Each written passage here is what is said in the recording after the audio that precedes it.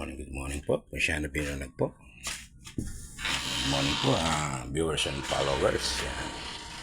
Sa medyo ano pa po ngayon sa nagluluto po tayo ng simpleng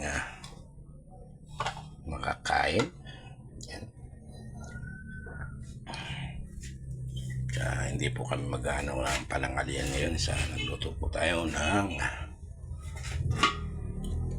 lugaw. Po, lugaw natin. Yan. Yan, inisa ko lang po na may atay ng manok. Yan.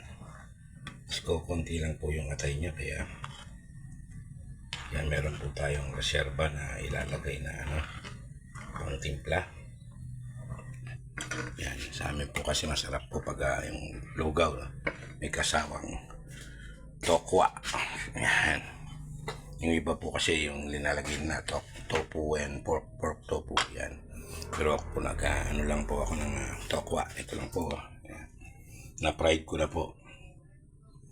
Yan. Pagkatapos po yung sausawan niya, yan. Yung may celery, sibuyas, yan. Toyo, suka, paminta, yan.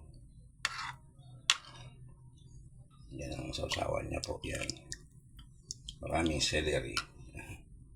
Yan po. Chop-chopin po natin ng maliliit yung tokwa, tapos lalagyan po natin ng sauce. Tapos yung lugaw. Yan, kombinasyon na po. Habang nagluluto po ako meron po akong nakaantabay na na kape.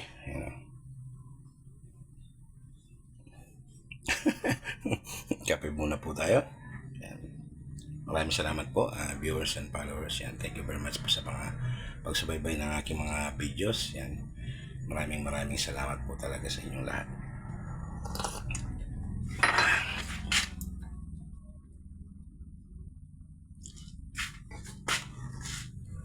Yan, malapit na pong maluto itong lugaw natin. Kunting kulo na lang po. Yan.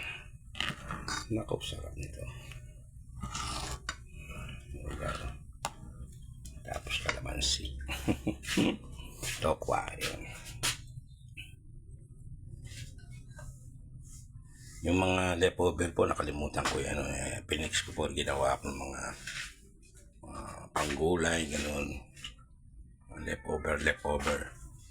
Leftover ko na ham, nilagyan ko ng konting giniling. Ginawa ko siya ng torta.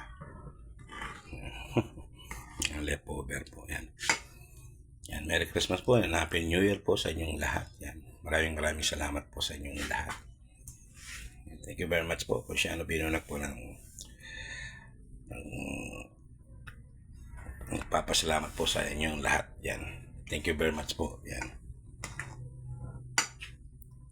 Suportahan lang po tayo. Yan. Thank you po.